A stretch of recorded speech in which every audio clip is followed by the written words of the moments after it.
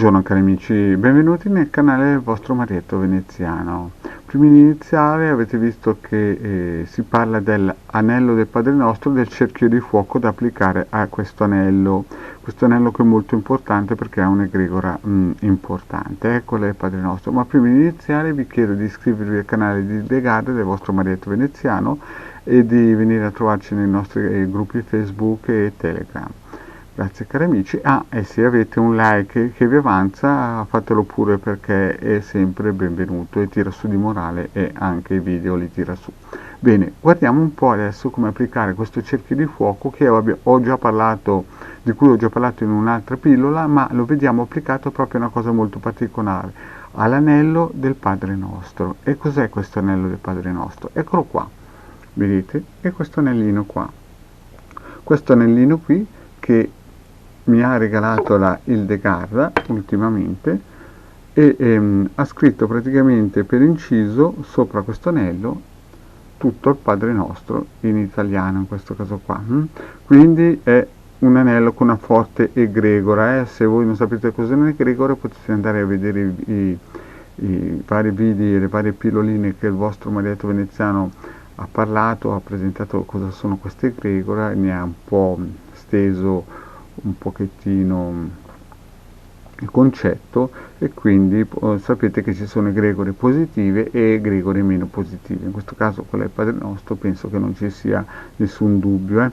Quindi noi oggi andremo in un certo senso a applicare su questo anello potentissimo in cui c'è scritto sopra il Padre Nostro.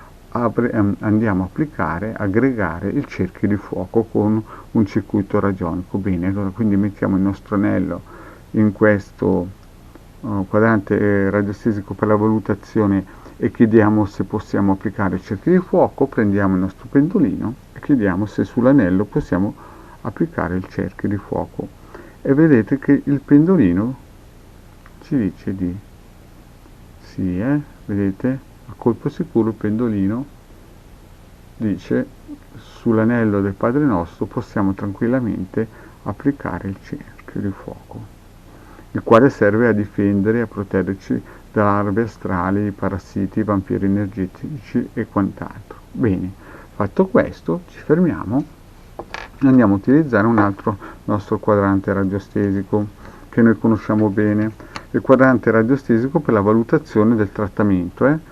Quindi vogliamo vedere come andrà a finire la nostra operazione di impregnazione del cerchio di fuoco, e vediamo che va sul molto favorevole, vedete? Quindi questa operazione sarà molto positiva per il nostro anello Padre Nostro.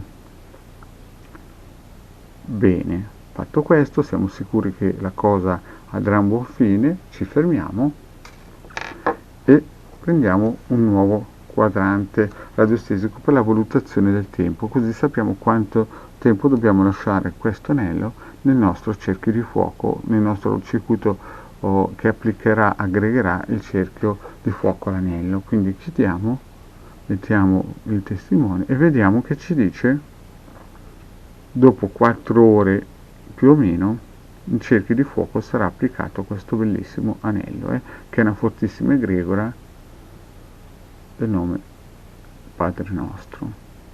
Bene, visto questo,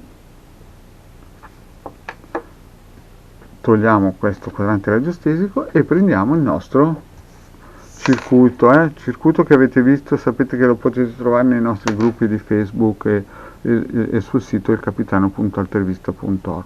Quindi mettiamo il nostro anello del Padre Nostro sopra il circuito radionico, prendiamo il nostro pendolino e lo facciamo girare almeno 21 giri, oppure fin quando non si esaurisce la spinta del pendolino.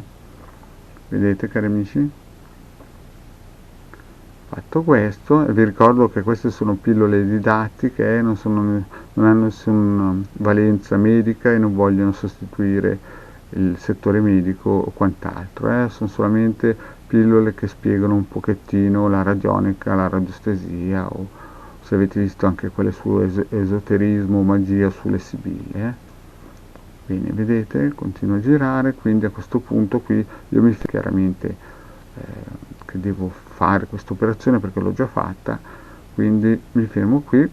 Voi vedete comunque che sto aggregando il cerchio di fuoco di protezione a questo anello, che di conseguenza chiunque porterà questo anello avrà il cerchio di fuoco come protezione.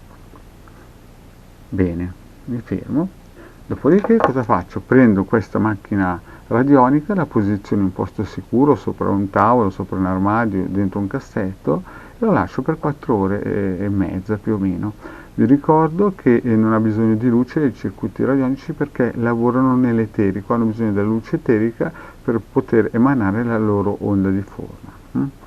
Bene, grazie cari amici di avermi seguito fino qui, vi rinnovo l'invito a iscrivervi nel canale della Hildegard del Marietto Veneziano e di venirci a trovare nei gruppi Facebook o andare a scaricare gratuitamente nel sito ilcapitano.altervista.org i vari ebook di radionica e radioestesia. Grazie cari amici e alla prossima, ciao!